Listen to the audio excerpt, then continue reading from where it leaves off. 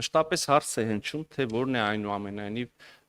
երբ որ տեսնում են, որ պայմանավորվածությունները անխոցելի են, երբ որ տեսնում են, որ տեքստը անխոցելի է, այդ թվում պայմանագիր եւ այլն, մշտապես հարց է բարձրացվում, որ որն է այնուամենայնիվ երաշխիքը, որ այս ամեն ինչը կպահվի, կամ երաշխիքը, որ խաղաղությունը կշարունակվի, կամ երաշխիքը, որ ուրեմն ենթակառուցվածքները կբացվեն եւ այլն։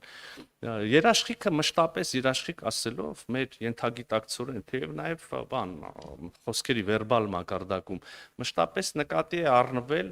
որևէ երրորդ կողմի, շատ ուժեղ կողմի, հա, կամ տերությունների, այսպես ասած, մեծ տերությունների ուրեմն ստորագրությունը կամ բանավոր երաշխիքը կամ որևէ ներկայություն գետնի վրա։ Ես պետք է ասեմ, որ եւ մեր օրինակը, եւ կարող եք ինձնից ավել կամ ինձնից առաջ ընկնելով բերեք բազմաթիվ այլ օրինակներ, երբ այս կարգի երաշխիքները չեն գործել։ Ընդհանրապես չեն գործել։ Մենք ցավոք սրտի գիտենք դա մեր օրինակից,